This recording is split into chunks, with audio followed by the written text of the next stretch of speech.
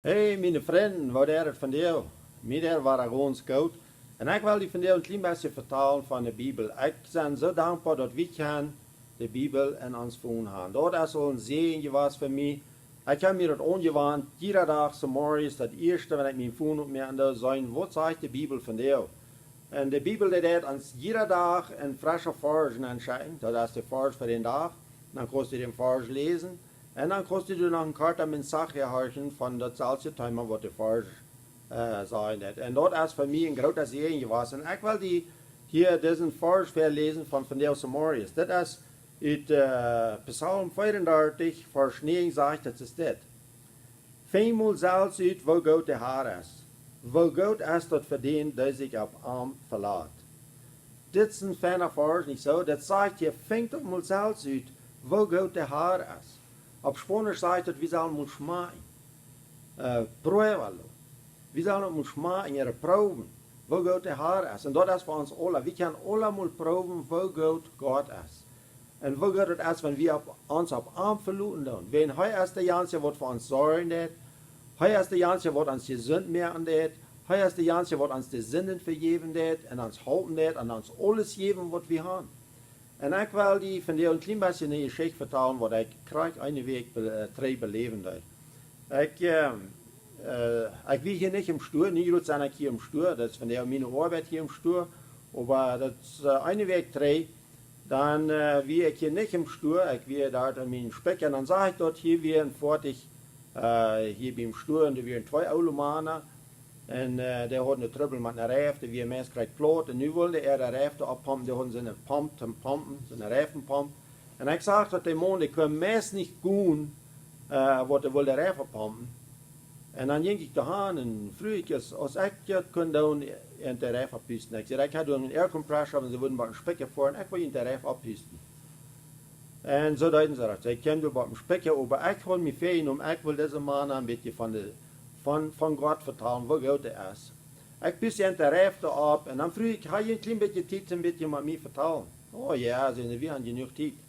En zei, ik kroop me een 40 uur, ik kwam met een spekje aan, we hadden een partytable en we zaten aan stoel bij een partytable doel. En ik vertelde hem toen, en ik vroeg deze man, waarom gehst du zo loom? Dan zei hij dat zijn knie weer verbroken, zijn linker knie weer verbroken. En wanneer hij een stootje had om 40 gezeten, dan kon hij bloos meest niet gaan. Omdat zij de knie, en dat werd zijn man, ik kon meest niet gaan, dat ging zij loom. En dan zei ik tegen hem, ik zei, weißt du doch gleich, dat Jezus heeft den prijs al betaald, dat die knie kon gehouden worden? En zo vond ik aan vanuit de Bijbel met te delen. En ik vertel hem van 1 Petrus 2,24. En ik zei in 1 Petrus 2,24, toen zag ik dat als Jezus naar het kruis kwam, dat nam al onze zinnen met naar het kruis. Dat we voor de zin kunnen dood zijn en dat we kunnen voor de gerechtigheid leven. En door zijn wonden zijn we geheeld. Ik erkläre hem dat. Ik zei, weet je wat, Jezus heeft een prijs getoeld, dat u kost geheeld worden. En als hij dat geloven, dat Jezus aan wordt gezond meer. Nou, hij wist niet hoe waar. Dat vielleicht ja, wenn de Bijbel zijn sagt, dan wordt het toch wel de waarheid zijn, ja? Dan vroeg ik aan, wat wist u leggen? Wist u wel een nieuwe knie hebben, of wist u wel een gerepareerde knie hebben? Ah, zei ik ben al zo oud, mijn leven is voltarig, van de plus gerepareerd is, dan ben ik al tevreden. Oké. Ik zei, Jezus zei, wat we worden in zijn naam beden, dat wordt hij doen. En dan vroeg ik, kon ik voor die knie beden? Kon ik heilung beden over die knie? Ja. Ik voelde hem aan de knie en ik zei, doe ganz relaxen. Ik bid heilung voor zijn knie, als ik vorig had, knakt dat eind in zijn knie ben. Dat wie een beetje sagen, wenn ein zijn vinger so knacken, dat nochmal, das wird bloß viel luider.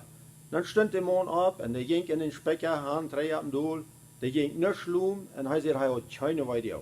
Zijn Weide weer ganz weich. Dan vroeg ik hem, weißt du, wo wen Jezus die geheilt heeft? Nou, hij wist niet ganz genau. Ik zei, weißt du wat? Der heeft die geheilt om dat bewezen dat het zo is wat ik die zei, dat Jezus die goed is. Hij is die zo goed, hij heeft die gezond gemerkt.